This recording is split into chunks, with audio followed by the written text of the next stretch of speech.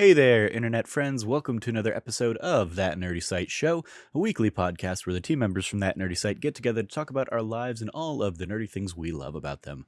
I'm your host, Trevor Starkey, and joining me this week we have Cameron Abbott. How you doing, Cameron? Hey, what's going on, nerds? What is going on? It's been a fun little busy week. A busy week in that I've been very busy, but like on vacation. And you were talking a little bit before, like you've just been busy with work stuff. Like you've had like a nice little routine of like work, dinner, and Walker. We're gonna be talking more about Final Fantasy XIV Endwalker today. We're going to be talking about my recent trip to Disney, where I got to hang out with some real cool peeps after kind of the Game Awards. Cameron has a little bit of updated thoughts on Shin Megami Tensei V, and I also, when I got home last night, went and saw the new West Side Story film, so I will talk a little bit about that as well. If you like what you hear, please remember to like, subscribe, rate, review, share the podcast everywhere you can, all that fun stuff. Let's jump right on in, Cam. Kind of an Endwalker stuff, going to be very spoiler free because I still haven't really gotten to go back and, and hop into it myself.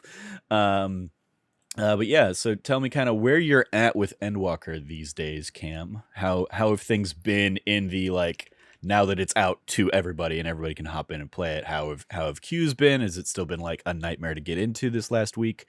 What's kind of the status of Endwalker these days?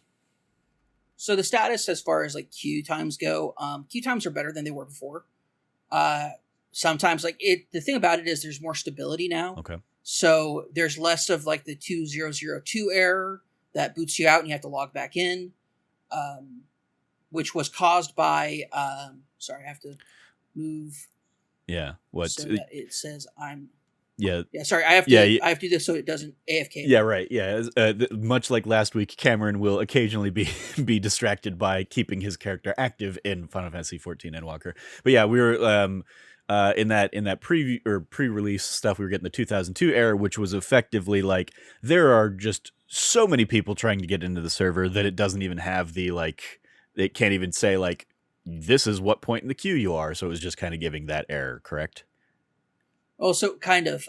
What it was doing was essentially there is for every data center there is a 17,000 person lobby queue. So like if there are more than 17,000 people trying to get into a lobby for the data center, it will give those people who are trying to get in an error and boot them out.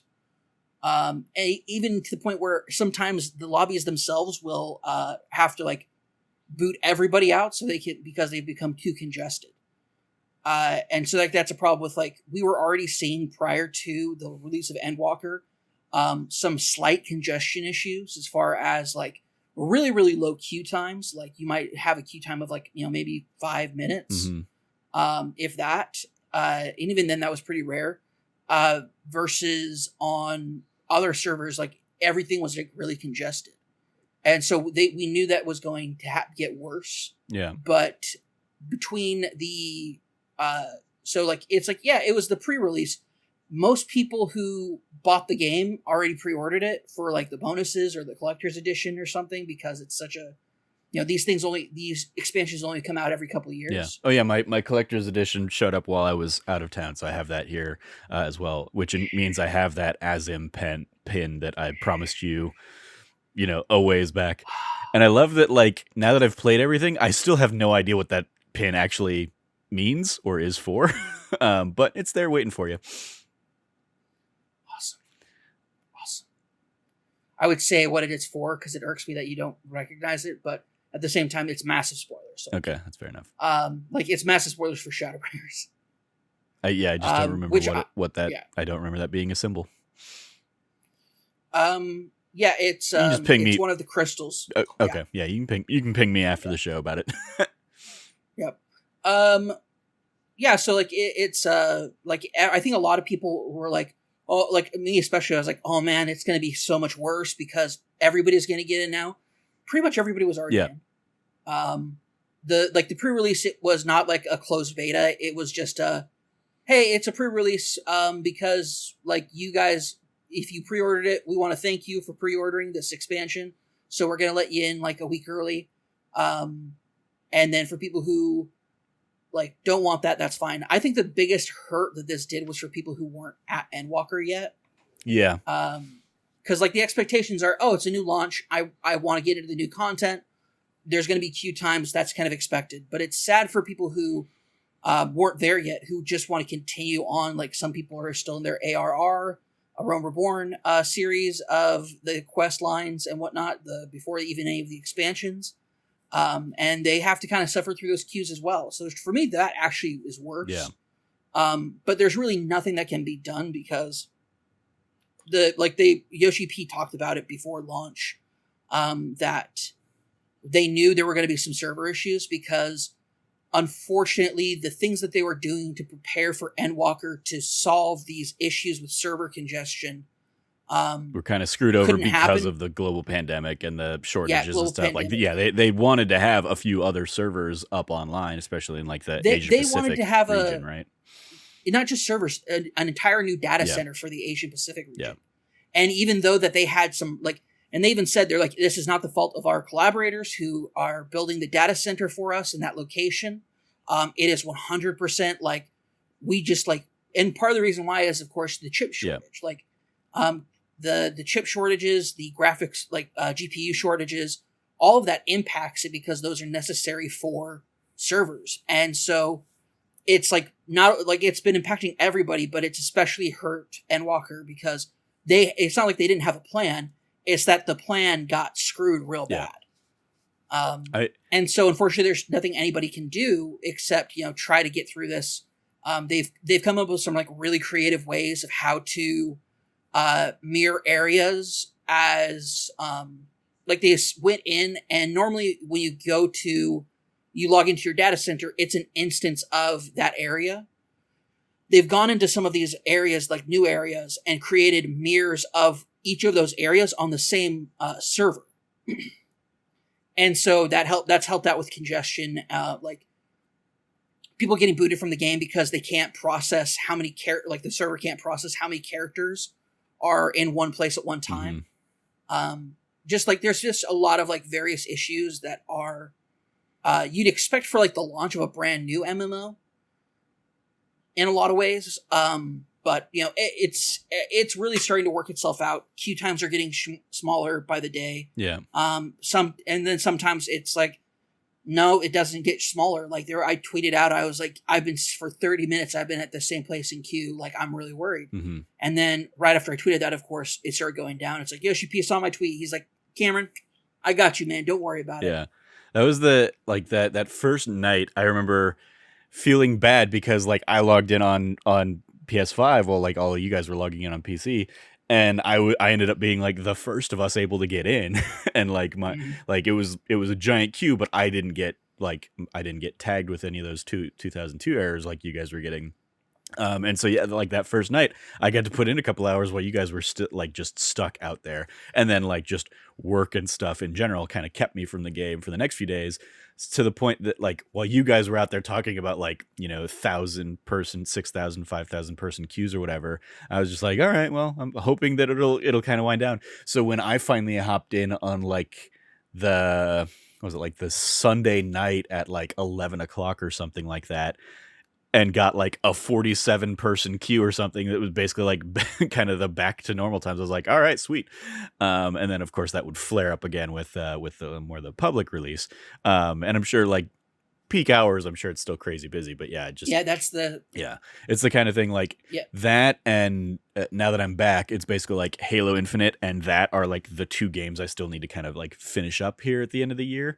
So I'm kind of like, okay, if queues are crazy, I can just go play Halo Infinite instead, and kind of enjoy that. So that's kind of like where I'm at these days. But so kind of queue conversation, and as things are settling aside, how has your journey through Endwalker been? Last time we talked about it, obviously you were switching class from your Dark Knight main to the new Reaper main. Or new Reaper as a main, so that meant you started level 70, you had to level up to 80 to just start even doing the Endwalker content, which you had just gotten to last week. So In this last week, have you basically been able to start going through the main story stuff?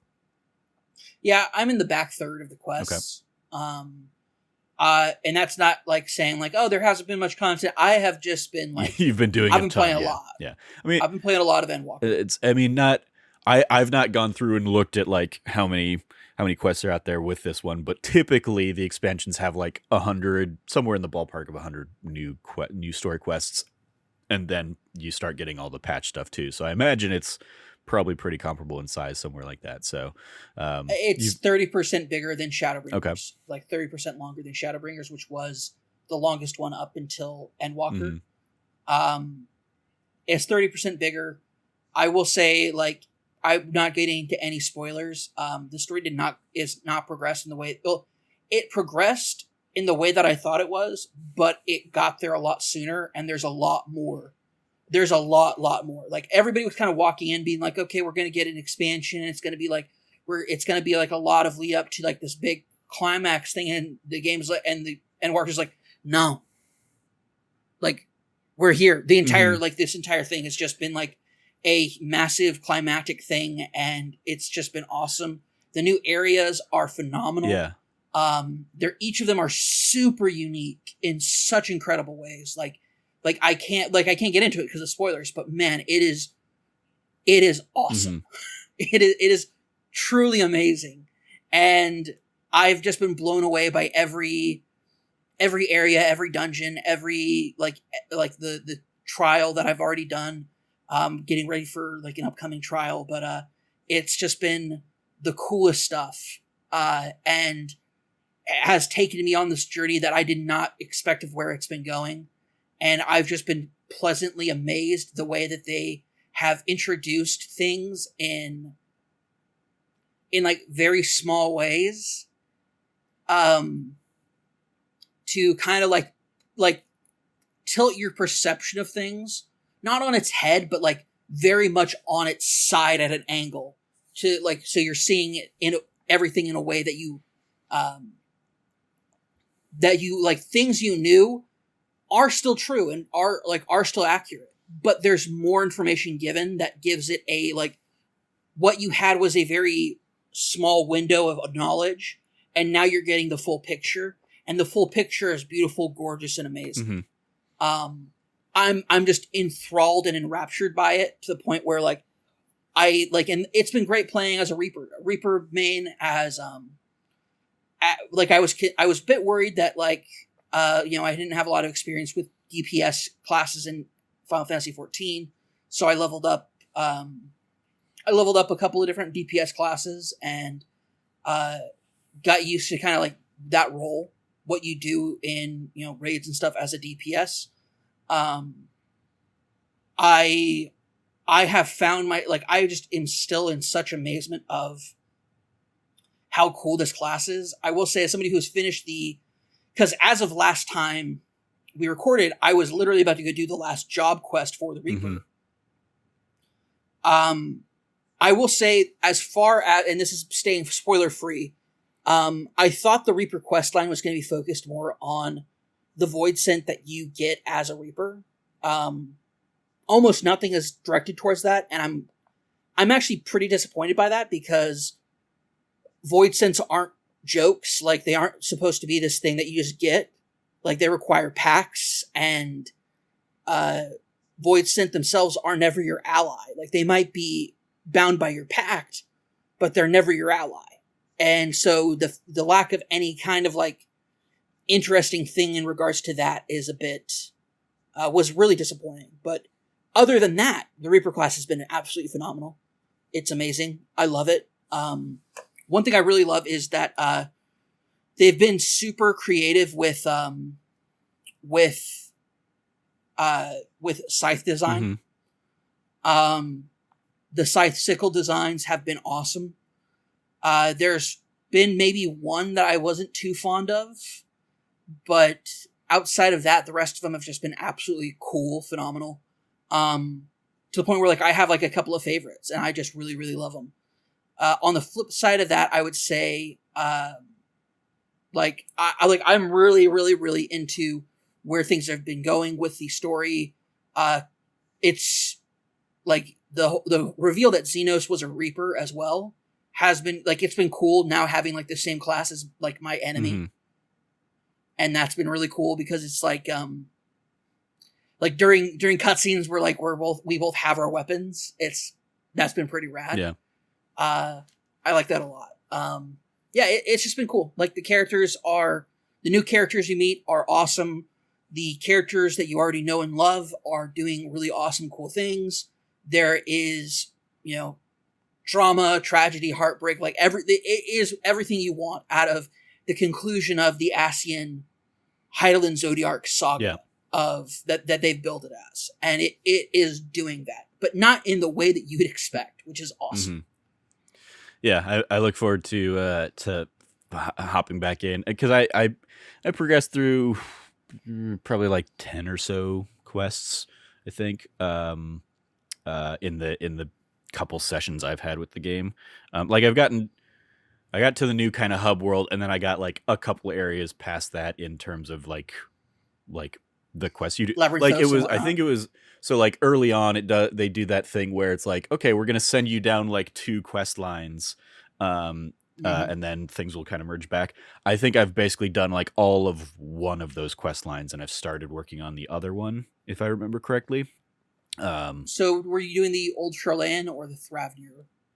I've been doing the Old Charlayan stuff. And I've not finished that yet. Okay. Other people are overdoing Thravnir stuff, and I basically will need to go join them and do that stuff next. I did the opposite. I started with Thravnir. Mm-hmm. You're gonna have a good time. Thravnir is a lot of fun. Cool. It's where's the old, like, it is so it's cool. The Old Charlie and stuff. I'm like, oh, I bet Cam is gonna love this, all the lore and all the juiciness of it was great. Digging into this place. Oh yeah, going to all these new libraries and stuff. Yeah, you have no idea. Like it's literally one of the quests was go into a library and like find 3 books on like Charlene history or whatever. And I was like, well, I picked all of the wrong books in there too, so I'm like, I got all these fun little like, here's like a romance tale or something like that in this library. I love that. It was fun. I don't think I've gone into like what my character is. My character is a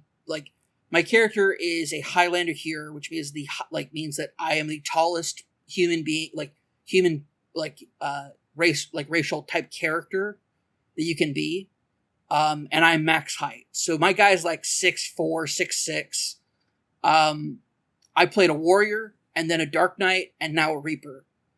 And I specifically created my character to kind of just be like a broad-shouldered, like I designed him to be a himbo. I said, it's like, I'm like, this is like me if I was a himbo. That's what I wanted.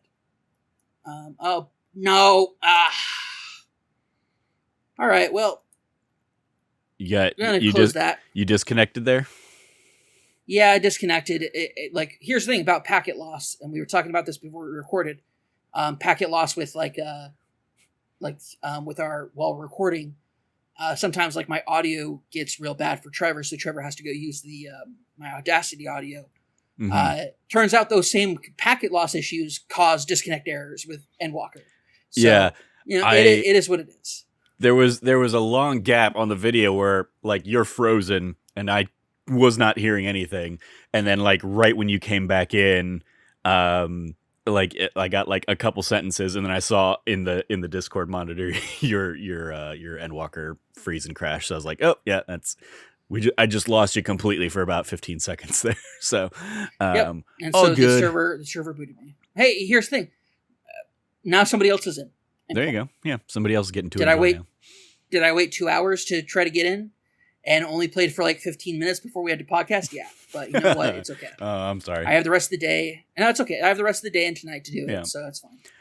And I just said, like, hopefully the person who got in because I got booted is like one of these, Realm Reborn sprouts who can now go in and keep playing. Yeah, I was when we were talking about that, I wanted like I was very glad that I had like finished everything up, but like one of our friends in one of our Discord channels, like Eddie, was still at like 5.4 on the patch stuff, and he just wasn't able to progress. And I was like, oh, feel bad for him. And then yeah, obviously like our other friends that like Alex O'Neill or Moises, kind of being much earlier in their journeys, just kind of being on hold there for a few days or having to like, I mean, like I imagine if they were able to get in there, the areas they were in was probably wide open with like just the number of bodies that I've seen in the new areas. That was just, I think I mentioned last week. That's the most surreal thing for me is like so many people and names that you can't even see like the icon of the where you're supposed to turn in a quest marker or something like that. But yeah. Yeah, people have not been following etiquette as much as they should. After Stormblood, kind of like quest etiquette is that you stay like a foot, like basically you can turn in the quest from like a pretty like decent distance away, and it keeps the quest giver from being bodied by everybody. Yeah. But it seems like some people either didn't know that because they're new, or they have forgotten. I mean, I certainly don't know. I certainly don't know the etiquette in that. And it's one of those things like I've heard in cases past of like people actually creating like lines in these kinds of situations, like in Destiny or something like that. People would actually go ahead and create like lines, queue lines to go in and deliver those things. And I'm just like, well, that's like seeing it now in practice. I'm like, oh, it's purely a like psychological thing really that's going on there. But yeah, it's I mean, it's so here's the reason why is because Raubon, at the beginning of the Stormblood expansion, he's the only person who can give you that quest. He's in a like small area, and at the time they hadn't expanded out how far away you could be from quest givers. That caused that to happen. And so what people did is they formed lines to turn it in. So you had your place in line. Yeah. And like people were very like one of those things when people were like, oh, like what makes the Final Fantasy XIV community so different than other MMOs is because when there was this technical issue in regards to like being able to play the game, people were civil about it and formed these long lines. I mean, it's still, and then after you got to your place in line, you could go to around Raubon to turn in the quest, but you had to be pretty close to him to do it. And so that's when they changed out like all of that. So yeah. It's I mean, it was the players responding in a way that was, I think, like I look back on it and be like, wow, that was really nice of them. Yeah. It's still, I mean, like it still creates the issue because a lot of times you turn in that quest and that means you go into a cutscene. So now you're frozen there with just the little film icon above your head. And it's like, that is the problem. Well, now I can't do now I can't go anywhere. So yeah, you kind of have to like adjust or prepare for that kind of going into it. But yeah, like I've never run into an issue like being able to and I imagine maybe it's just I imagine it would be different because like when I go to turn in a quest, I just hit the X button on the controller and it auto kind of targets one of the like it basically auto targets a high priority person there. So it usually auto targets the quest giver. A couple other times it'll be like, oh, Kryle's there also nearby, or Alphino's also standing nearby. It'll like target them, and if you talk to them or whatever, they'll give you like a line of dialogue. But yeah, I've not run into any like real tangible issues of turning in those quests. It's just like a fascinating kind of like just difference in versus like seeing 2 or 3 other people as I was going through the rest of my 300 hours of play who were like they're kind of like the same point in the game as me for a lot of that journey. So it'd be like, oh, that's another like when I would see like the same person for like 2 or 3 quests in a row, just like, oh, we're just going through the exact same part of the game right now. Yeah. Cool. Any final Endwalker thoughts before we move on? You like, are you excited for the end? Are you melancholy for the end? Are you, or all of the above? No, you're just excited. I'm super excited. Like the story has gone in a way I think if it had been the way that I thought the story was going to go, I would be melancholy towards this end. But what they've done with the story and how they're telling it, like, I'm on the edge of my seat, like, I'm ready to go. There was a point in the game where I was like, man, I feel like I'm just kind of wasting a lot of time in this place, and it doesn't feel like it's super connected. I just need to, like, figure this thing out, and then I can leave.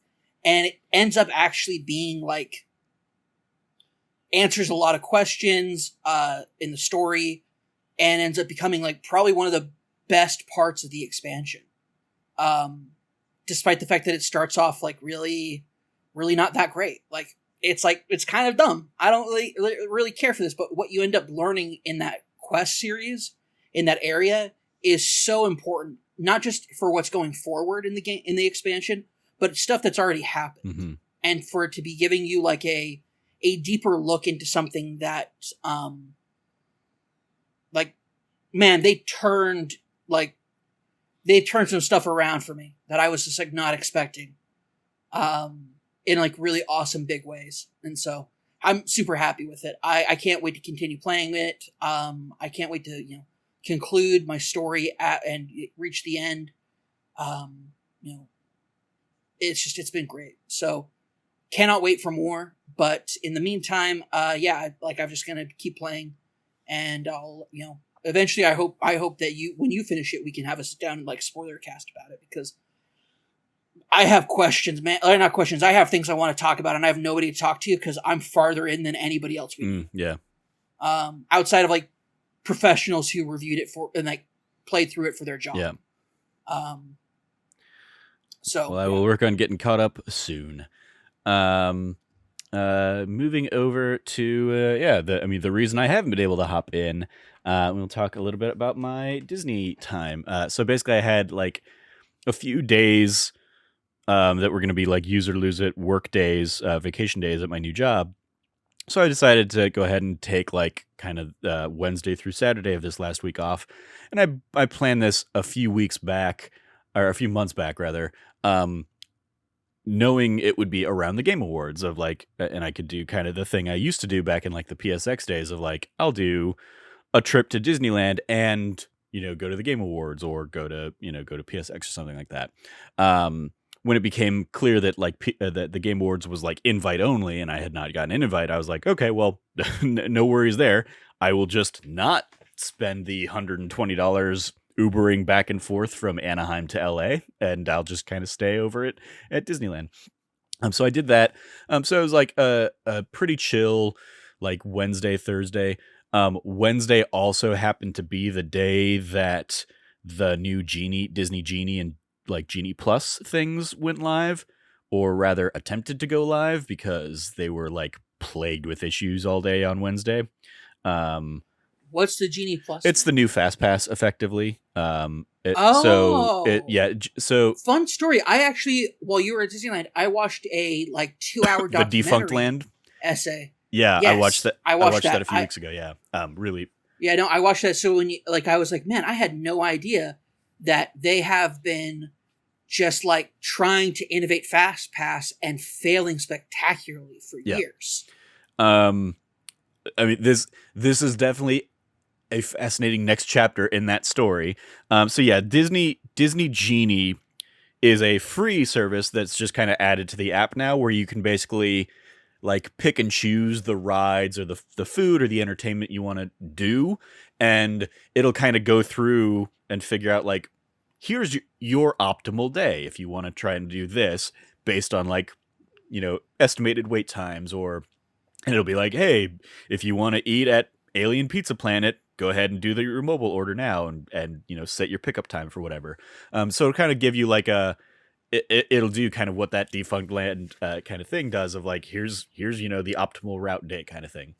And then the Genie Plus option is basically what the Fast Pass or the Max Pass option used to be, of, like, hey, pay $20 and you can get the Lightning Lane access, because Lightning Lane, the new Fast Pass option, is not available to regular Genie. So, like, if you want to do Fast Pass now, you have to pay for that upgrade. And then the kicker on top of that is, if you want, like, the high popular rides, i.e. Radiator Springs, the new Spider-Man Web Slinger thing or Rise of the Resistance, there's an extra cost on top of those for every lightning lane thing you want to do. Like lightning lane for everything else is free. You can do one at a time, kind of like you used to be able to do Fast Pass one at a time. So if you get like a lightning lane for Haunted Mansion, you're going to have that for, until you use it. And then once you've checked in and started using it, you can go ahead and book your next lightning lane. But if you want to book a lightning lane for Rise of the Resistance, you're going to have to fork over an extra $20 just for that single Fast Pass, effectively. And then the prices seem to be dynamic because like that Wednesday and Thursday, it was still $20 for Rise, so I think that's probably where they're capping it out. But like Web Slingers and Radiator Springs was like $7, but then Friday, those were up to Friday and Saturday. Those were like $12 instead of $7. So they seem to be basically like based on demand. Here's how much extra you want to spend if you want to do that. Now that said, like you can always still do the standby lines and stuff like that. And like these also replaced for a time there, they were doing like hey, we'll open a virtual queue. So rather than stand in line, you'll log in at a certain point of the day, like try and sign up for a spot. And then you just come back at that point in the queue. And basically, so this is a very, very pay to play option, to especially going off of that Defunct Land kind of like extensive essay, which as that kind of touches on, like that's how it was like early on. There were those like they did have, it wasn't always you buy one ticket for the park and that gets you into everything. There was early Disneyland was you pay for the park entry, but then you also pay for the premium rides are going to be a little bit easier. You didn't pay for them. You got a ticket. Well, book, you paid for that ticket book though, and you could use that was part of your admission though. Okay. Because the idea of paying for individual rides was antithetical to what Walt Disney wanted Disneyland to be. Because that's how Walt Disney wanted Disneyland to differentiate itself from like carnivals and other places, which had like a low admissions fee, but then you get nickel and dimed as you went through the park. He wanted Disneyland to be a place where you have your general admission, but you would get these like ticket books. But what it caused was some rides to be considered more valued than others, and like that was the for anybody who is at all interested about. For me, I look at it because like I work in audience analytics. Mm-hmm. Like that's what I do for my job. And so for me, he immediately hooked me when he like started bringing up the mathematic equations of how how things get measured out for all the different science behind it. I was like, that is so fascinating because that's how a lot of stuff works with like on like still digital. So it was cool seeing that, but like the ticket book itself was part of your admissions, but that allowed that like once you ran out of your ticket books, like you had to use the non-ticket, like you could only go on the non-ticket attractions. Okay. Then I misremembered that aspect of the thing, but so basically like if you really want to go on Rise of the Resistance, or like next month if we're like our team is kind of talking about making like a Disney trip out there, so like if all of us want to really go on Rise of the Resistance, we can either stand in line and wait as a group for an hour, 2 hours, something like that, or we can all fork over $20 and get a fast pass thing, show up at whatever time, and pretty much get right on. It was especially irksome for me Thursday night, especially with that Defunct Land thing in the back of my head, because I got in line for Guardians of the Galaxy, just in the regular standby line, and when I got in, it was like an 80-minute wait or something like that, so way longer. And that one doesn't have a single rider line, because that's the other benefit of usually going by myself, is like I can just hop on a lot of those rides pretty quickly. But this one I was like, well, I've got like the Game Awards kind of on. I'm just kind of watching that. So I'll just watch that in line. While I was in line for it, the time shot from 80 minutes up to 2 hours as like a standby wait. And I found out later it was because like 4 of the 6 gantry lifts went down. And then I saw one of the things they talk about in that Defunct Land thing is that there's no real like hard and fast rules behind like letting on like fast pass people versus letting on regular queue people. And sometimes it'll be like, you know, 5 fast pass to every 1 regular person. And then like they have like a level of like, you know, 20 fast pass people to 1 regular person. And then like if stuff is really backed up for fast pass people, they'll get up to like 100 fast pass people. Once I got inside, I could see and they started kind of making the announcement that they were down to only 2 of the 6 working lifts or whatever. I could kind of watch and count as they would do like 10 to 15 lightning lane people for every 1 or 2 regular people that would get through. And so I was like, there were like 20 people ahead of me in my line, and that took another hour. Like I was in the building. The Game Awards was like finishing up as this was all happening, and I was like watching that kind of like ratio happen in real time, and I was just like, oh man, this is I really hate this, and it really like shows the value of that lightning lane kind of that option of like, yeah, pay that, because I didn't Wednesday when I was there. I didn't bother doing the genie thing because it was like broken all day. Thursday, I didn't bother doing it. Like they finally got it up and running, like the regular stuff working like late Wednesday. Thursday, I was like, I don't want to risk it. I don't like the bugs. I want to let them kind of, you know, continue working out the bugs. So I didn't pay for the genie pass to even get that like free lightning lane option on Thursday. Friday, when I met up with some friends there and stuff, we all kind of made the decision early on. Like Thursday had gone through relatively like smoothly for people. So I was like, all right, it's probably working fine now. So we all kind of went in and did the lightning lane stuff. And absolutely, you start getting that value of like, okay, yep, there's a line of, you know, 30 minutes, but we can just kind of like jump right on and we're on the ride in 5 minutes or something like that. And able to start making kind of the next queue. Because it's still... The capacity is still low enough that when we were making lightning lane like selections, it wasn't okay. You're making a selection that is for 2 hours from now, so you're gonna be locked into that. It was you're making a selection that is for 5 minutes from now, so by the time you walk to that attraction, you can just go right on. Nice. So like especially stuff like Midway Mania, that was great for that. Like Haunted Mansion, which has during the holidays has like an hour long wait. It was great for that because it was basically like, okay, yep, we're making the selection, and by the time we get there, we can go straight on the ride. So it was great for that. We ended up not doing any of the like the premier lightning lane or lightning lane plus or whatever they're calling those options where you have to like pay for the one-offs. Like we just ended up not doing the Web Slingers ride. I had done that early in the week, so it didn't bother me. But yeah, we just ended up not doing that one. Radiator Springs, we all went on single rider, so we just kind of got to do that for free. We did. It was cool because we met up with a somebody who recognized my Kind of Footy hoodie, and who was working the attraction. Shout out to Anthony, who was working Radiator Springs, who basically like gave us or attempted to give us free fast passes, and they were free fast passes for Radiator Springs. But like he was like, oh yeah, like go over, like I also work this web slinger thing, so you can try going over and dropping my name and see if they'll kind of let you on that. They didn't, but it was it was a nice effort, and we appreciated the gesture.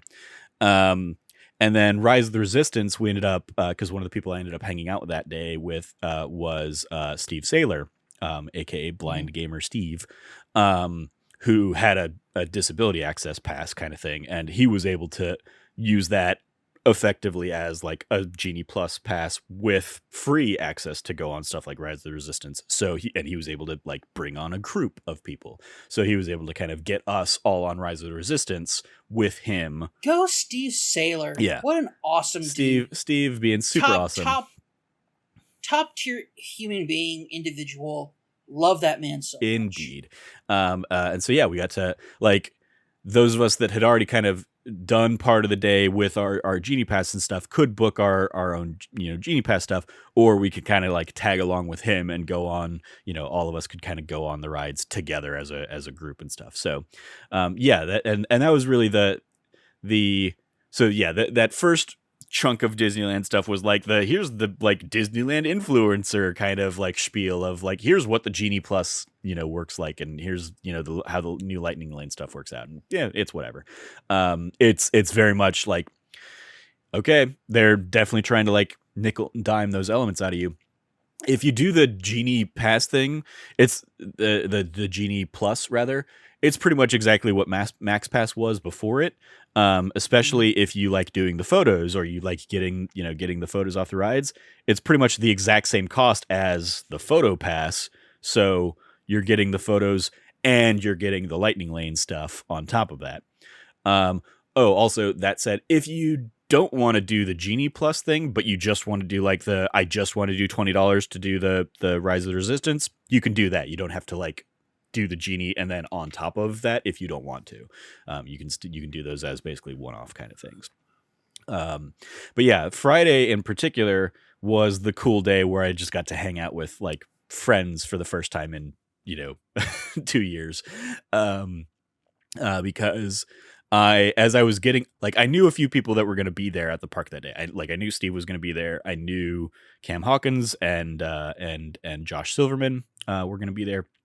And as I was getting off the shuttle from the hotel Friday morning, I saw a squad of 4, including Cam Hawkins, including nanobiologist, aka Mick Abramson, and Josh, and then a 4th person I didn't know, Charlie.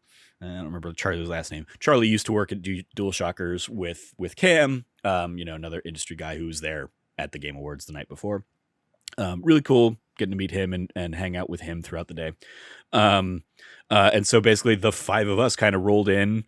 All of us had California Adventure as like our first park of the day before being able to hop over to Disneyland in the afternoon. So yeah, we went and hung out, did we did the Genie Pass, so we went on a whole bunch of rides over in California Adventure together as a crew.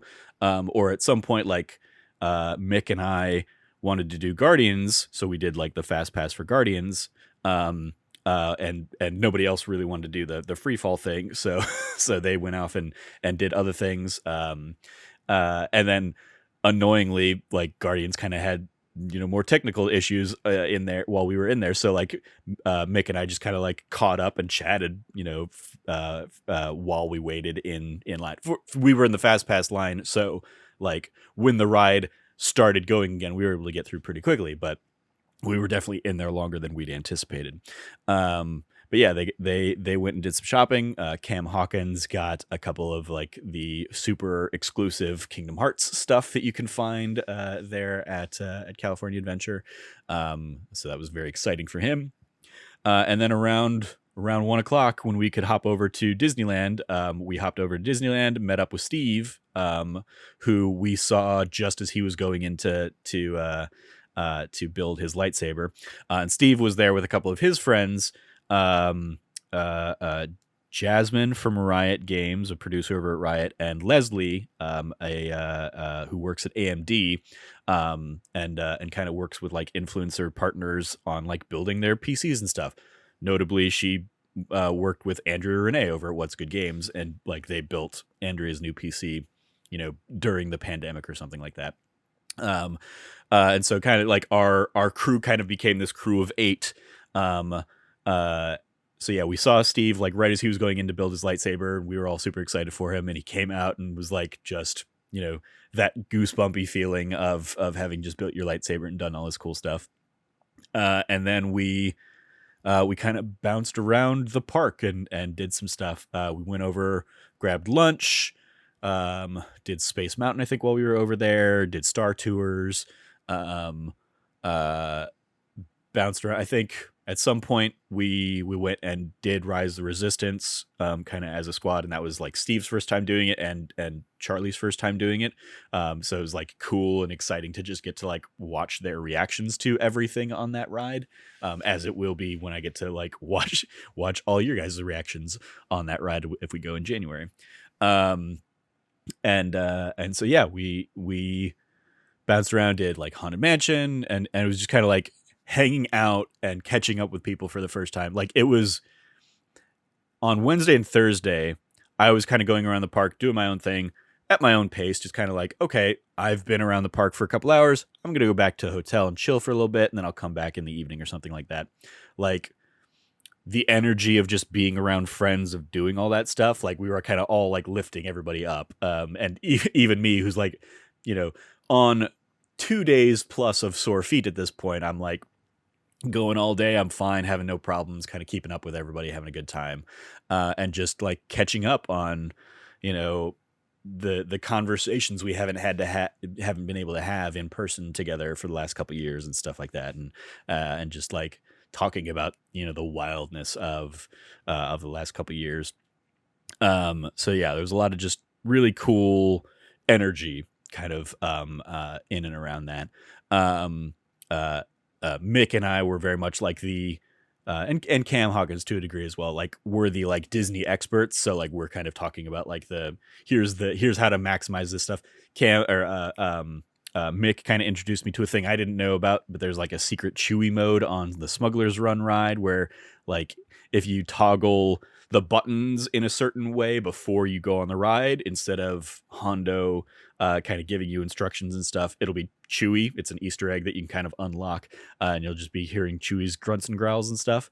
So we kind of had this like, okay, let's try and do that, but then it only works if you like have kind of all 6 people in your crew bought on, and just because there were 8 of us, we kind of ended up splitting up 4 and 4. So none of us were really able to execute Chewy mode, but it was cool to like continue to learn fun little secret things like that. At some point we went back to Star Wars Land to do Smuggler's Run and to get Steve some cool nighttime pictures with his lightsaber in front of the Millennium Falcon, much like I had done. So that was awesome. And then that was probably around the time everybody started getting real wiped. So we kind of started making our way towards the exit. Got a big group picture in front of the castle, and then people started kind of peeling off and kind of going their separate ways. A whole bunch of them were going to catch a ride kind of back to downtown LA together. I was staying on that side of town, obviously. A couple of them were local, so that was just a very invigorating and awesome time on Friday, kind of just getting to know some new people in kind of the industry circles and stuff like that, getting to meet Steve for the first time, despite having been like internet friends for the last couple of years. And it was very much like, that's what a lot of the Game Awards had been for a lot of people kind of the night before. It was very much like, I had been very tipped off early on that like if I wanted to go downtown for like after parties and stuff, I knew where the after parties were going to be. And I was just like, yeah, I'm still not going to pay the $60 Uber ride both ways for that. And also that would severely piss off an Uber driver who ends up having to, drive over like all across town. So yeah, I passed on like going and saying hi to people at the JW Marriott Thursday night or whatever, but it was cool getting to see a very small subset of those kind of industry friends and new faces at Disney, and it more than anything else made me like, oh yeah, I should start looking into like PAX East again and going back to like events where we get to see these friends in the industry, because like I've been okay and I've managed the isolation of the last couple of years, but there is like a significant like energy recharge that comes from just like discussing these kinds of things with people, talking about, what did you think about It Takes Two winning Game of the Year at the Game Awards, and those kinds of conversations and stuff like that. So and then, are you planning on having a baby like Joseph Ferris told you, or do you think that he was telling us to kidnap you? Yeah. No. I will say I can hear it in your voice. It was a ton of fun. The moment you started talking about it, it's like, I'm like, Disneyland, sure. And then you're like, oh yeah. And then I was talking to this person. I'm like, you got to do something with the nanobiologist, and I'm like, oh, like FOMO hit me real quick, Mhm. just like for a real quick moment before it's like, there's no way I would have been able to go. Yeah. Or let me rephrase that. There's no way that I could have been like turn around last minute go. Right. As we're learning with preparing for the Disneyland trip with that nerdy site. There's definitely a lot of like, it is very tough right now to do Disney last minute. Even if you're like a local, let alone if you have to also book, travel and flights and stuff like that. And so, yeah, it was. Yeah. I hear it in your voice. I can't wait to start seeing people again. When I see Steve Saylor for the first time, I'm going to give that man the biggest hug. Yeah. I can't wait to meet him. Yeah. Like, he's just the sweetest man. Yeah. The sweetest man. And the thing about him is he's the sweetest man, but he also would make like the perfect Santa Claus because he's got the perfect rosy red cheeks and like the pure, like, he's so blonde. Mm-hmm. Yeah. He's so blonde. Yeah. That his beard looks white. Yeah. And I'm like, that is just like, he'd be the perfect Santa Claus. What a great guy. Just what an awesome dude. I can't wait. Like, and also just getting to see Cam again. Yeah. Cam Hawkins and I have a very deep bond that can only be forged at 3:34 a.m. at an airport, outside, like next to a Dunkin' Donut stand that isn't even really open yet. I really I miss that man. I miss his wife too, which is a weird thing to say, but a funny thing to say. But getting to know her and like both of them super well after just like knowing Cam on the internet for forever. At PAX East last year was it was still last year. It's still 2021. Yep. It's still 2021. That was like I ran up to because like Cam is like he's a tall gentleman, 6'4" or something like that, I think. So he's an easy one to pick out of the crowd. But I actually recognized Mick first, and like I ran up to him and he was like, "Oh man, it's so nice to finally meet you." I was like, "Oh, we actually met at PAX East 2020 last year," like briefly and kind of some of that stuff. He's like, "Oh my god, that is right, we did meet there." And so it was kind of oh yeah, that was the last time like. I don't remember if I think Josh was at PAX East last year, but like that group of people, like that was the last time I'd certainly seen like Cam and Mick. And so yeah, it was like it's crazy just like how much things have changed in the time since. And like I mean like I got to it was like I finally got to congratulate Cam on like doing Unlocked and doing all the cool things that he's been doing in the last year and stuff like that. He's really like him finding his footing and his success after the implosion at Dual Shockers. What has just been an absolute delight. I can't wait to see him again. Yeah, I'm so excited. I'm so excited that like things are like luckily, it looks like the Omicron variant isn't as bad as like people were worrying about. Still not good. Mm-hmm. Still really not good. Get vaccinated, folks. Get your booster. Yeah. I have to actually schedule getting my booster soon. I think last time we talked, I think I alluded to that I was getting my booster. Turned out I did not read Walgreens' site appropriately when I had scheduled it, so it was not that day or whatever. So, but I do have mine scheduled for like next week, I think. So I will be getting my booster shot eventually. Yeah. I mean, I have to basically I just need to schedule it out and do it. Yeah. Same. But I need to also make sure that it's that if I get like my second vaccine dosage did not hit me bad at all. My first one knocked me on my ass for like 36 hours. I was completely out of it on my ass. And so I have to plan accordingly so it doesn't interfere with work. Yeah. It's another one that's very much been like it might hit you, it might not. I've heard kind of stories both ways, but yeah, just being around people, it was also like the reason Steve was there, and I'd kind of known this going in, was he was out there to kind of celebrate like his first Disney trip as for his birthday, which his birthday is the Monday that this goes live. So happy birthday to Steve Saylor, friend of the show, here on the 13th.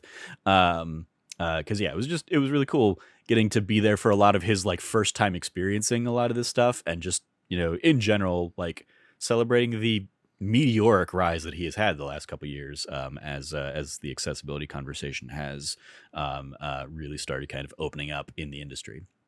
So yeah, it was just a ton of fun. I very much look forward to like the whole time on that Friday. I was very much thinking ahead to like when we try and go as a group, and just the fun shenanigans we're gonna have together, and then also just like the next time we're at an event with people, which likely could be PAX East, and just like the fun and reconnecting that will happen, and all the hugs and stuff like that. So that was and then Saturday was very much like I went over, I grabbed some food, saw a couple of the the like character performance things, because it was the first time I'd actually seen the Spider-Man sequence, and I also hung around and watched one of the Avengers shows. Saw Black Widow and Captain America beat some people up, and yeah, grabbed a lunch at the Pim's Particles place. So yeah, just kind of a chill Saturday to like wind things down before like heading over to the airport and all that stuff. But yeah, lots of great time there at Disneyland California Adventure this last weekend. Most notably, just getting to hang out with friends and see people again. So let us throw it back over to you, Cam, for some Shin Megami Tensei V updates. We talked about this a little bit last week. What are you where are you at with Shin Megami Tensei these days? So, like I talked about last time, I had been put in about 10 hours worth of time. However, I said I'd only been through very little of the story, because I'd been spending most of that time exploring and grinding away and like fighting demons and recruiting, like getting the party I kind of wanted for lower levels. Yeah, I have been I've put in more time, really focusing more on the story and getting my way through that. I have to say, I'm actually pretty impressed with where they've taken the story. I mentioned last time you kind of just show up in a post-apocalyptic world, and like it's just kind of empty and not very interesting. It gets interesting because there's a big revelation in the story about Dot, which is the underworld the netherworld that you are traversing through as a Nahaobino, which is a human that has taken a demon partner.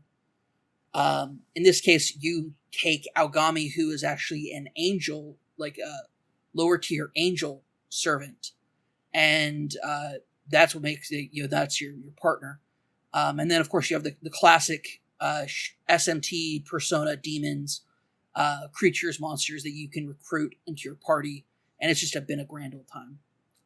Story-wise, I'm actually really impressed with it. Like I said, I'm impressed with where it's going, and kind of the story it's telling, as well as kind of like the issues that it's tackling. It's kind of tackling like some very basic stuff that I hope to see elaborated and turned on its head, which SMT does very well. But it, like the human characters that you encounter at the beginning of the game, like basically you do go back to the human world. And it's like a question of, that's part of the framing of the game, is like, what is the netherworld versus what is the real world and Tokyo, and what it does there with that. So that being said, it's still pretty like basic as far as storytelling goes, but I'm really enjoying it as far as like the combat and stuff goes. So cool. Any do you anticipate being able to kind of like really dive in and kind of wrap it up by year end, or is this going to be one that kind of like bleeds over into the new year? I'm pretty sure this one will bleed into the new year just because of the length of the game.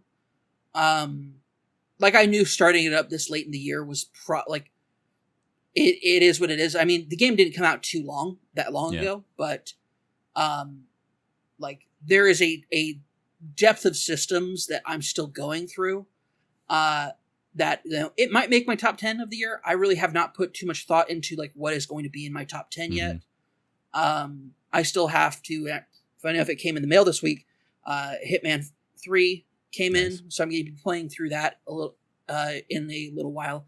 I'm going to try to finish up the Endwalker main story quest sometime this week, and then after I wrap that up, I will have time to pour into these other games, try to get those, finished. I don't know if I'm going to go back to Tales of Arise before the end of the year, but especially kind of like where the story fell off for me. Ended up winning JRPG of the Year from the Game Awards.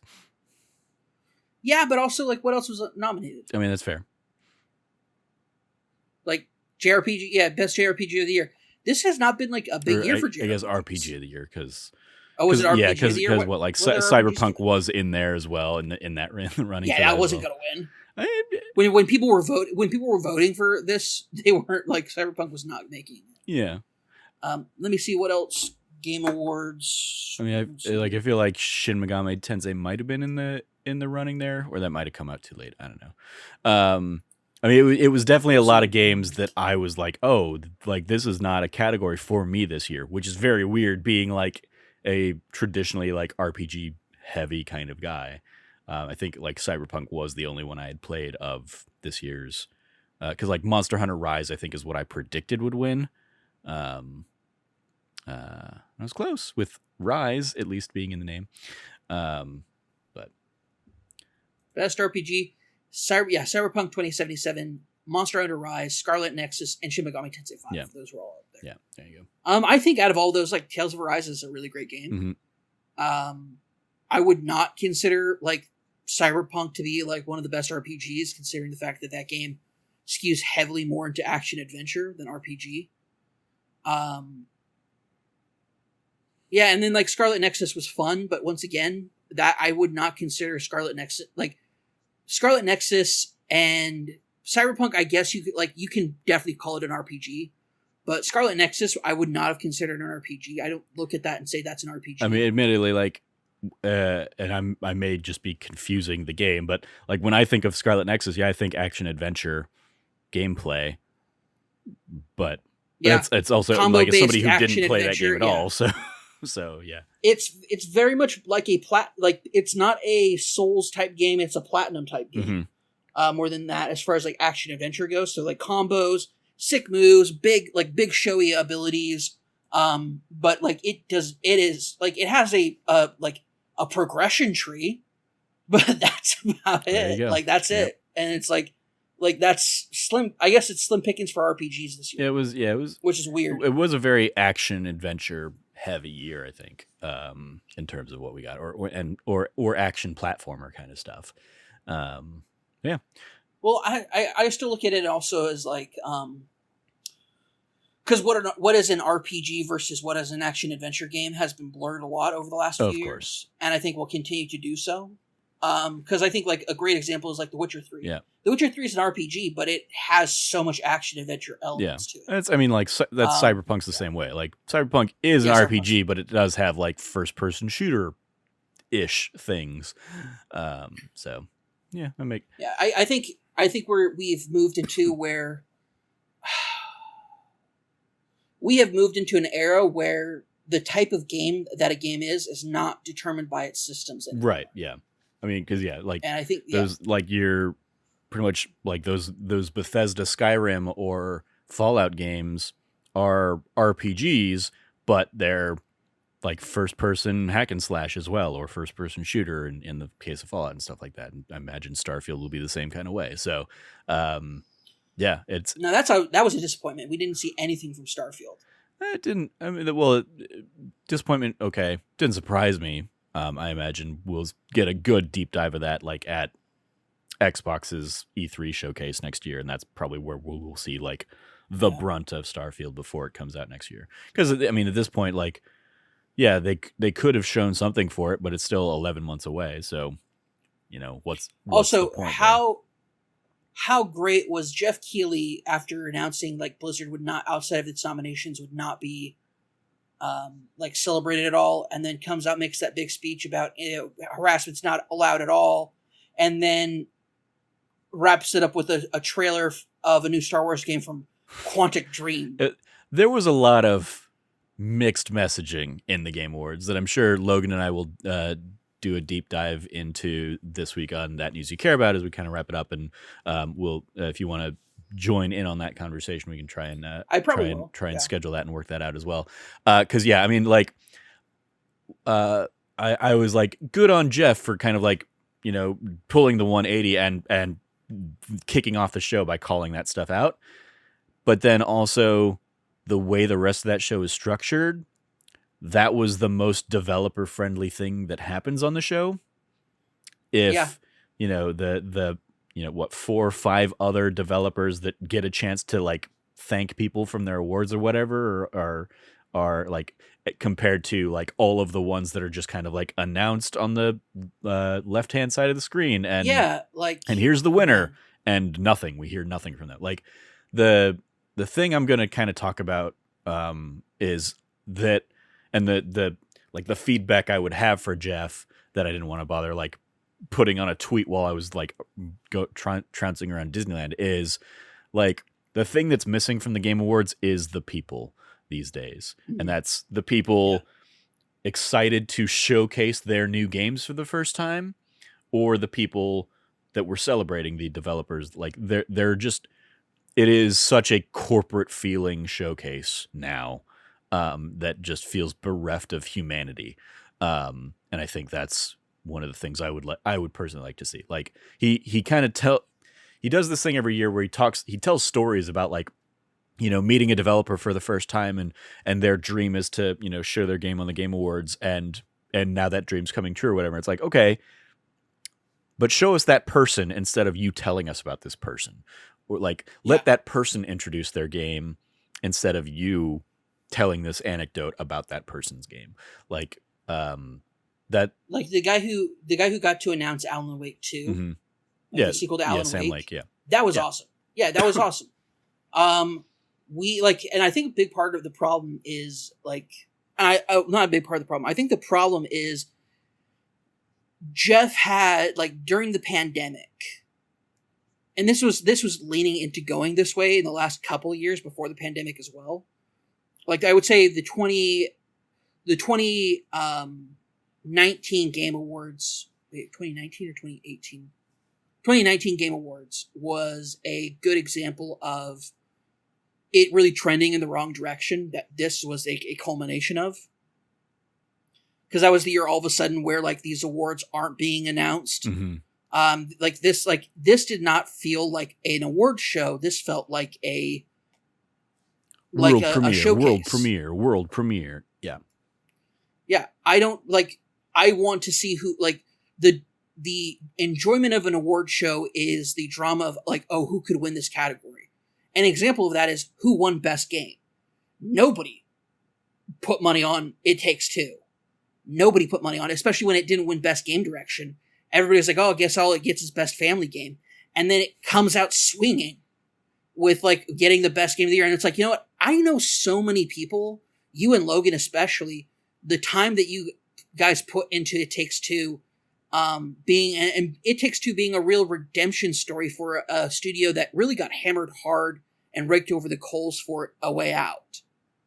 That I look back on it and I think to myself, like, this is a great moment. And for Joseph Fares to come out there, this is the guy who was a meme when he first showed up, saying fuck the Oscars and whatnot. Like, and now he's not only won an award, but his the little bit of back and forth between him and Neil Druckmann as two men who are really smart and brilliant game designers in their own right, having a like camaraderie, that to me, that's what the Game Awards should be about.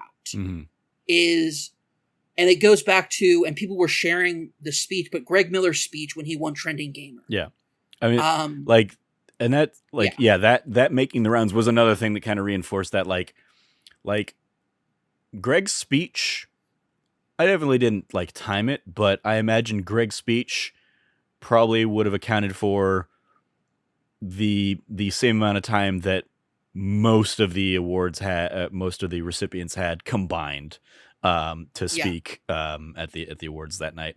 And so yeah, that was like, and the thing that, like, following as many people in the industry as I do, and kind of knowing some of the conversations and stuff that were happening, like, I think the feeling in the like at the theater and like beforehand, like before the show started, then afterwards, like with everybody getting to like connect and hug and in many cases like meet for the first time in these last couple of years, like they'd met digitally over the last couple of years, but like this was their first time meeting in person. That's what I think the heart of the Game Awards was that night, not the product that was shown out to the masses. But I will say, like, the flip side is the Game Awards being like the people, like it is for you or me. We are the anomaly on that compared to the millions of people that are just tuning in for the big reveals and just want to see those things. And that's the real trade-off, is like the awards show that we like is the DICE Awards that is out there celebrating the developers, but DICE Awards doesn't have big reveals, so people don't tune into the DICE Awards.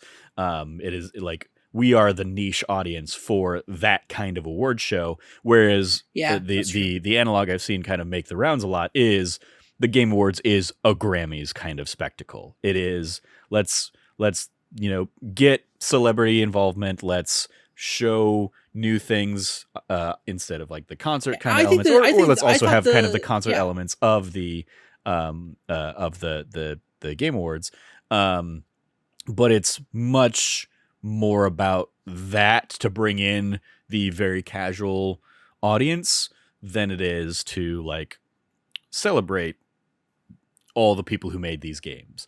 Well, I really enjoyed Ben Schwartz coming out doing that Sonic bit. Mm-hmm. Like that was actually really funny when he goes, "I have the trailer right here, except it's not. This is a blank DVD because you can't find a computer that has a DVD tray anymore." Yeah. And then he did a callback to that bit as well. And it's like, I love that kind of involvement. I think that kind of involvement is super cool. Oh yeah. I think that, like, here's the thing about the Grammys. The Grammys doesn't do a lot of the, if you win a best category, that's done and announced at the Grammys. They do the like side ones, like best sound direction for an R&B album is going to be one of those that's announced off to the side, not best action adventure game or best RPG. And I think that's really, I think finding that balance, like, I think Jeff needs to go back to the board, the drawing board, and kind of like rebalance out this show. Yeah. Because I think that a big part of the problem with the pandemic was he was given a lot of praise for the showcase show that he put on for the Game Awards for 2020. And this would have been, here's the thing, this would have been fine if it wasn't in front of a live audience. If it was one of these pandemic Game Awards I think showcases, sure. I think we would have had a lot of the same complaints, because like a lot of the stuff we're talking about, based on my limited conversations, was kind of the mood in the room too. Like the people at the Game Awards were kind of feeling a lot of the same things. Even the thing you kind of alluded to earlier of like, people being really excited for that Star Wars game until they saw the Quantic Dream name attached to it. Then they were like, the air went out of the room kind of feeling. That was an in the room thing and an online thing. Was it okay? In equal measure, it sounds like. And so like I think the show would have had a very similar feel if just because there wasn't time given to the recipients. It was, of the 20-ish awards or whatever, like only 4 of them were announced on stage or however many it was. I mean, it was a significantly small fraction of them that got to go up there and give acceptance speeches, compared to, because last year, people got the award and because they could be on Zoom or whatever, like they got to give their speech from wherever or whatever. Oh, that's true. And this time around, it was like, it just wasn't that. It was, okay, here are 3 awards that we're going to go through. this is the winner, this is the winner, this is the winner. Congratulations to everybody. Even like when one of them even was like Joseph Ferris, Jeff Keighley made the joke about like I'm not giving him. I've learned my lesson. I'm not giving him a mic. I'm not giving him time. Versus in years past when he's done that kind of thing of like, okay, we're not going to get a full segment out of this, but it would be here's the winner and they're standing to the side. Like, and they did that for like one of the awards. They did that for True Colors in the pre-show. Like True Colors won best game for change or whatever that award is. They won that in the pre-show, and the director was like standing off stage or like right off camera. Sydney gave him the award, and he kind of got to give his little speech. And we got like one of those this year, versus in years past, we'll see like a handful of those kinds of exchanges. So it was really just I mean we'll talk about this more I'm sure on this week's That News You Care About, but I definitely had some thoughts on the Game Awards. Bringing it back to Shin Megami Tensei, though, any final thoughts on Shin Megami Tensei before we segue to the last topic? No, like I'm still enjoying my time with it. It's still a really fun game. I'm pretty stoked to see like where the story goes. But we will see. Yeah, we will see. Cool. So yeah, last thing to cover. And I mentioned this like before we started recording, so I'll actually probably throw it a lot to you for kind of like whatever questions you might have about it. But I went and saw West Side Story last night, the new version of the film. Steven Spielberg directed. Obviously, West Side Story, a very classic Sondheim musical from the 70s, 60s, 70s. That of course was made into it has already had an iconic film portrayal of it.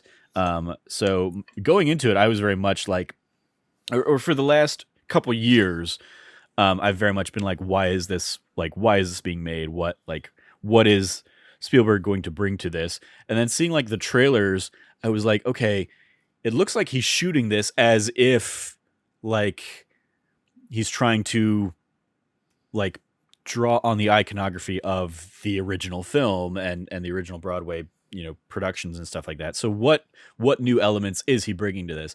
And then a few weeks ago, like reviews started hitting for this, and people were like, this is like one of the best movies of the year. It's incredibly well made, incredibly well shot, beautiful performances from a lot of the star turns and stuff like this. And so I was like, okay, I'm like, you've won me over. You've got me excited. I'll go check this out, even though it's a musical I've seen enough times that I don't feel the the pull and the need to see it again. But I was like, I'll go check it out at our local Majestic, and ultimately like walked away really enjoying it. They I think so.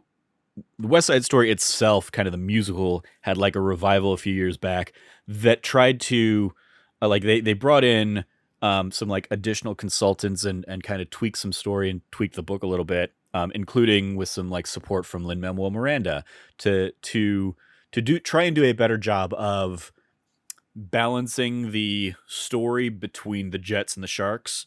Whereas like in the original, obviously it's a very white centric story. So Jets are the good guys, Sharks are the bad guys, kind of is the portrayal of the original. I never really saw it as that being that portrayal, because at the end of the day, they're both gangs. They're both gangs, but they're like, you get, because in large part because the story is in English, you're getting the Jets side of the story. You're getting it through that lens.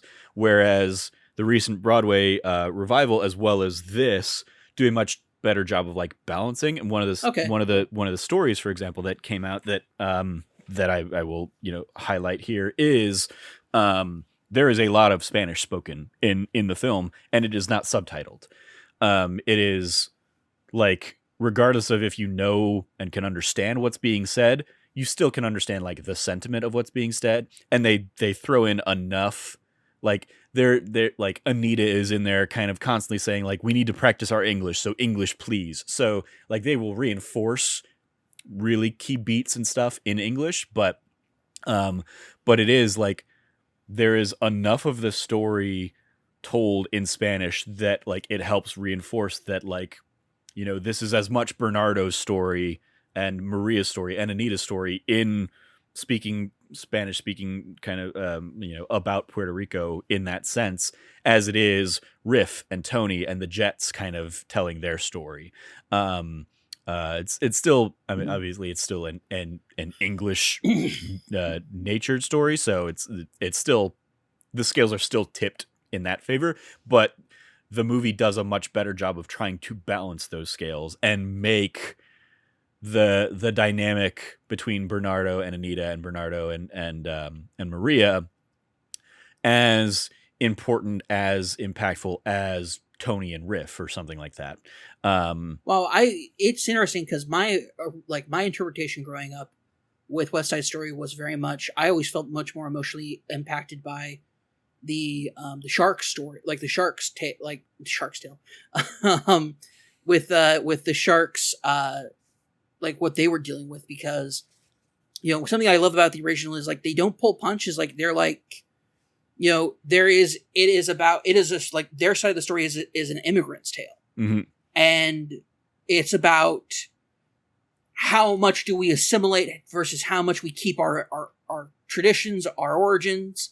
And I love that, you know, Bernardo, he's dealing with the Americanization of a lot of independence from the long-lasting, strong traditions of, you know, a male-dominated patriarchy of the religious, you know, the religious Puerto Rican families back home, and kind of like dealing with the clash of change and how it's being done. I've always found that, and like one of my favorite song in West Side Story is I can't believe I'm blanking on it now, but it's the song that they sing all together when they're talking about, like, the men are talking about how much they miss Puerto Rico and like how better things were in Puerto Rico, and the women reminding them that like it was not better. Yeah, I want to be in America. Yeah, I want to be in America. It's such an amazing song that I love it to this day. It's still one of my favorite songs in any musical ever, because it's so, especially in the old film, it's done on a rooftop and like they're singing and dancing and having a great time. Well, like, and they're like, it's not like they're angry at each other, really. It's just this banter back and forth about, like, you know, what's great about being Puerto Rican versus, you know, what's great about being in America. And I love, and to me, that is like, so I've always much more connected with the Sharks than the Jets, because the Sharks are trying to make a home in a foreign place. And I've also always felt like the Jets' reaction is racist. Oh yeah, I mean, because there's definitely, yeah, the Jets are definitely racist. The cops are, you know, on the side of the Jets because they're white. And the movie really, I think this movie more so than the original, like, shines a spotlight on that. Or I mean, like, there's also admittedly an element of like, I could be looking at the original movie through rose-tinted glasses because I, you know, watched that long before my eyes were open to a lot of like the injustices of the world and stuff like that. But there is also an element. But I wanted to. Oh yeah, go ahead. I was just gonna say that like the Sharks are very much still kind of dealing with that struggle, but they're also like, it's interesting because the way the film is kind of portrayed, like they've kind of already gentrified the area. Like they've come in, they've set up this community, this neighborhood, and the Jets are the remnants of the white families from that era, the Italians, the Irish that haven't moved on to other neighborhoods.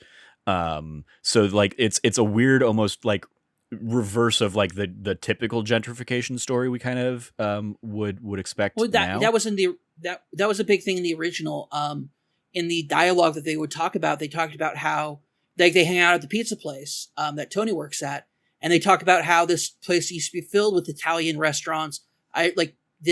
Basically it is the story of like that was very much the point of the original story, is that, and that's why I always like way more sided with the sharks, because what they were talking about happening was happening where I lived as a kid growing up.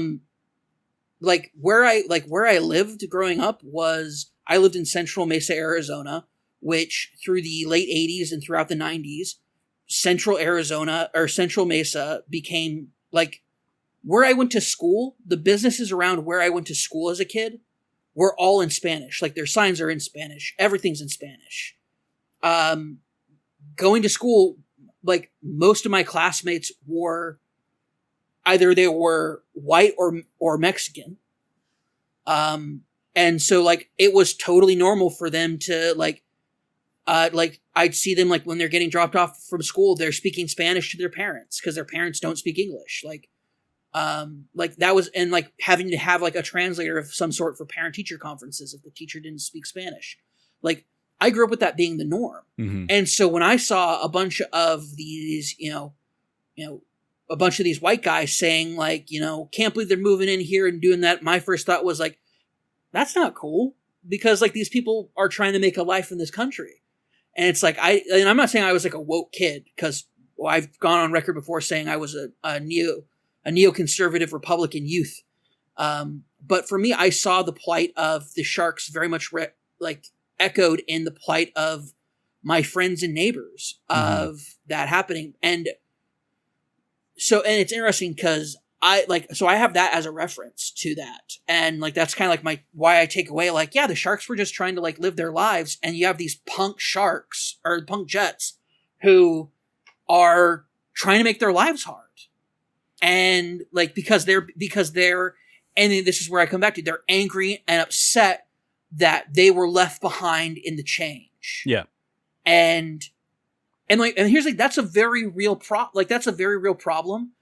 Especially in communities that get an influx of immigrants, and like those changes happen, that kind of like you said, reverse gentrification or inverted gentrification. Like that happens for real. And that's where a lot of these like, anti-immigrant racist sentiments come from. Like they come from a place of being scared about being replaced. And so I was super curious, because I always thought that was a massive aspect to West Side Story. For me, like people are like, "Oh, it's a love story, Romeo and Juliet." I'm like, actually, like it goes way deeper than that on a societal level. Yeah, I guess I will say then that I was much more aware of those themes in this viewing. And those are the opening imagery is the buildings being torn down so that they can put up Lincoln Center and stuff like that. So it's like the first time we meet like the Jets, they're coming out among the rubble of their neighborhood already having been mostly torn down. And that's cool. And that's cool. They're like getting together and they're going to kind of try and like reclaim some of the turf from the sharks. And that's kind of like the opening, sequences and stuff like that. And the dialogue is a lot more like highlighting and touching on those than that may have been in the previous version, than I just didn't. No, in the previous version, there's no speaking dialogue for a good while. I think another thing I want to talk about. I'm just saying, like, I'm saying the dialogue of the film as a whole touches on a lot more of those, like the history of that neighborhood and the conflicts that they're having, more so than I remember. But again, like the dialogue might have been there in those others, because you clearly had pulled those elements of the story out of it. But yeah, it wasn't as, but then as also abundant remember, for me. I'm me. True. I'm me. Absolutely. So there is, they could have had they could have had a single line of dialogue that was just thrown out there, and I latched onto it and then created this entire thing. So that's entirely possible. Like don't forget, I'm me. I read into things way too deeply sometimes. And also I didn't like that, because I don't like Romeo and Juliet as a Shakespeare play. So I was already at an inclination to not like West Side Story. And on top of that, it was not until I was much older that I appreciated dancing in musicals, having to actually learn how to dance in a musical and understanding the art behind that and like what you have to do to make it look good on stage. Yeah. Going back and then watching West Side Story is a dancing musical Yeah. way more than it is like song or story. It is a dancer's musical. And so a question I had is, how is that like, because the original film does an amazing job of highlighting the dancing and like people make fun of like the snapping with the knives and whatnot. Like they make fun of that, but like the reality of like the actual like dance maneuvers, like I love the knife fight between Bernardo and I want to say Ralph, but I don't think it's Riff. Thank you. I was like, it's not Ralph, it's Riff. But yeah, Riff and Bernardo, their knife fight is incredible. Like as a dancing choreography, the way that they are eliciting violence in their maneuvers, and like since I've seen it on stage, like if you're doing West Side Story, you need to have like great dancing because otherwise it sucks. Yeah, it very much it pays tribute to the original Jerome Robbins choreography, and a lot of that is still in there. But they also, and I don't know the show well enough to know all of the instances where they kind of tweak things around, but they move the order of some of the numbers around, and they also move how some of the numbers are relayed around. For example, boy, crazy boy, stay cool, boy. Instead of in the original, I believe it's like riff or it's the Jets kind of like doing it to each other. Here, it is Tony doing it to riff to try and like ease the rumble. So they kind of move it around where it falls within the structure of the show and give it to somebody else to play with. And in that number in particular, there's a lot of like cool movement that is part dance, part like running around this like torn down building that they're in and having this kind of conversation and Tony trying to like diffuse the situation in a fun, visually stimulating way, a la the dancing. That's cool. Yeah, because like originally, because that was the whole thing. It's like the Jets. The problem with the Jets where they ran too hot, and Riff was able to keep them cool, so they would stay focused.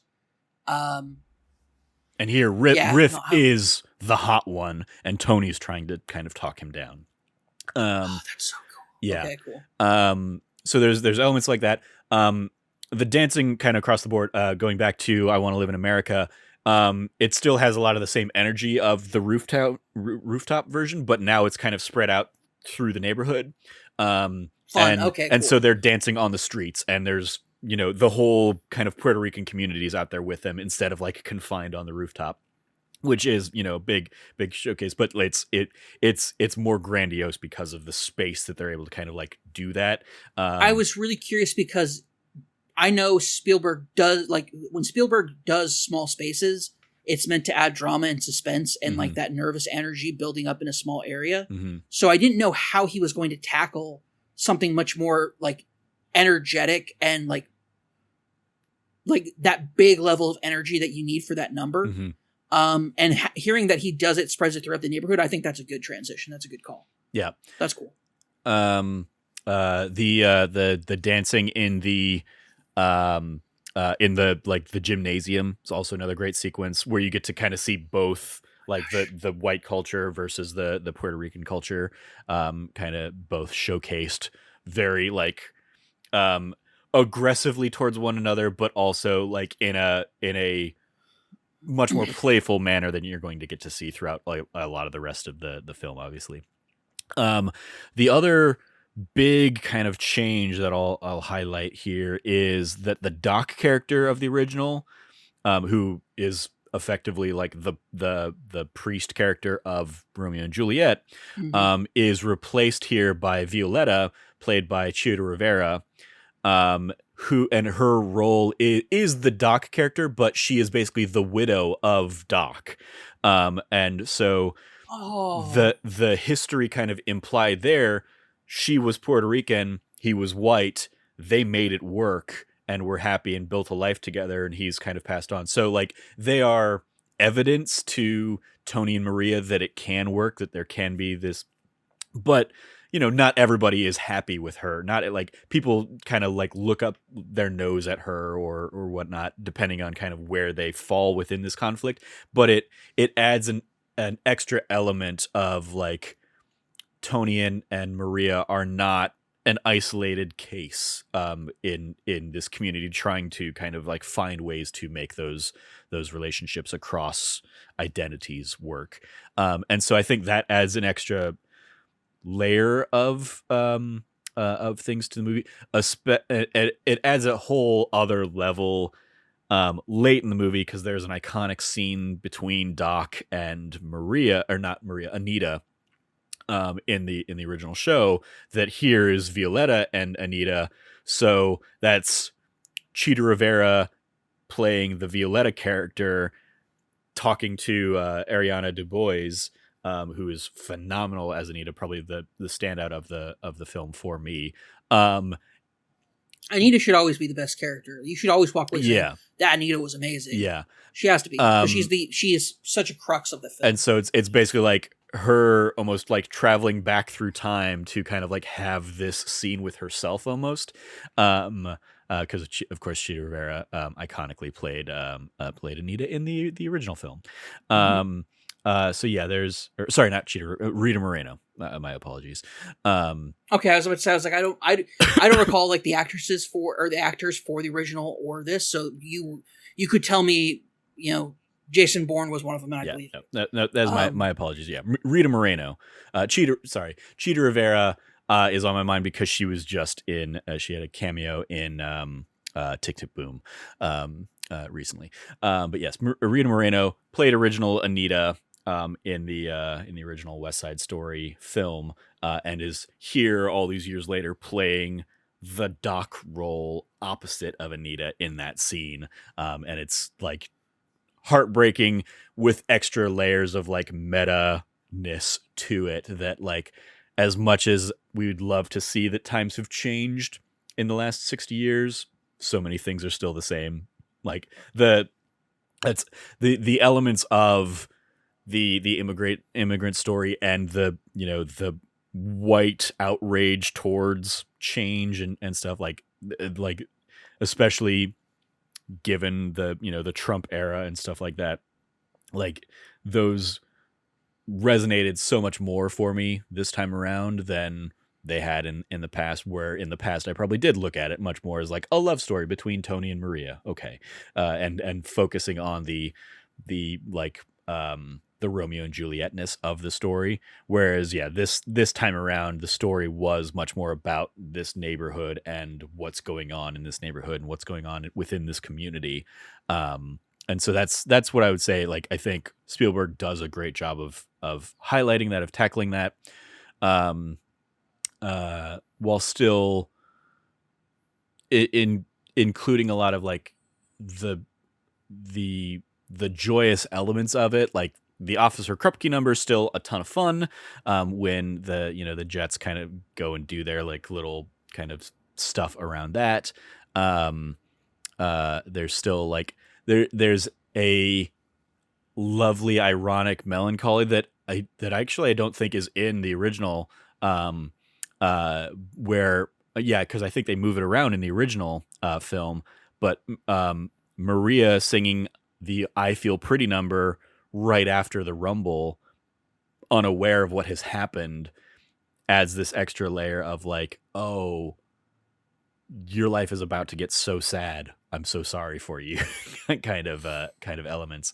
But yeah, like I really enjoyed it. Had a great time with it. It's very much like I look forward to revisiting this in the future and kind of just to enjoy a lot of these performances. There's also this weird element, like at least one of the guys in there immediately like rang my ears, because I'm like, that is such and such, like that is one of the guys from the Disney Newsies Broadway, very much playing like a New York hoodlum kind of kid. And yep, same guy, Ben Cook, I want to say is the actor who's in both of them. And he's kind of like a, an ancillary character in the Newsies. He's an ancillary character in this too, but he's like one of the Jets out there, and he's just doing the exact same like Newsies type of character that he very much stood out to me as somebody who has watched the Disney Newsies musical more than a handful of times. So there was a fun little just OG or the stage production. The stage production. Sorry. Okay. Yeah. So yeah, just I was about to say, if he was in the OG, he should be way too old to be a Jet now. Absolutely. But yeah, just fun little things like that. Just great performances all around. Great. Like it's really well shot. It looks really good. And it looks. I wouldn't be surprised. Like, yeah, I'm not surprised by that. That's just Steven Spielberg is such an amazing director. Yeah. I just really want to know, did he actually put an effort for this film, or did he just like cash in a check? So this very much feels like one that he wanted to try something new, like this, because first musical he's ever directed. And I think it doesn't strike me as he was doing something just because he was bored or wanted to do, like, it strikes me as like he had a vision and he had a thing he wanted to say with this. And I think he touches on it. So yeah, I thought he did a really good job with it. Awesome. I can't wait to see it then. Yeah. I'm pretty stoked. So that's awesome. So yeah, that is a West Side Story. So yeah, let's we'll go ahead and kind of wrap up there. Thank you for joining me, Cam, to discuss all them things. You can follow Cameron at Rev Cabot. Anything you want to give a shout out to there, Cam? I think we still put out videos on youtube.com/thatnerdysite. Sorry, I've not been keeping up with anything lately. Yes, indeed we do. You can go find Let's Plays up there. One of the Let's Plays this week I will tease is the new Matrix Awakens experience. I sat down with that, and that'll go up, I think, on Tuesday of this week. Because I was like, a lot of people were gushing about that after the Game Awards, and I was like, all right, let me go check it out. And so sat down, recorded a little Let's Play of that. You can follow me at Trevor J. Starkey. I will also shout out this month's That D Plus shows, where you can find us talking about fun little holiday movies. The last couple weeks have been the Santa Claus 2 and Home Alone 2 Lost in New York. And then we will also have coming up here Jingle All the Way. Should be a fun episode. So stay tuned for that on That D Plus show. You can find all of us over at That Nerdy Site, or go to thatnerdysite.com for all the latest content from us. Once again, if you liked what you heard, please rate, review, like, subscribe, share the podcast with your friends, all that fun stuff. Thank you for listening. As always, stay nerdy and be good to each other.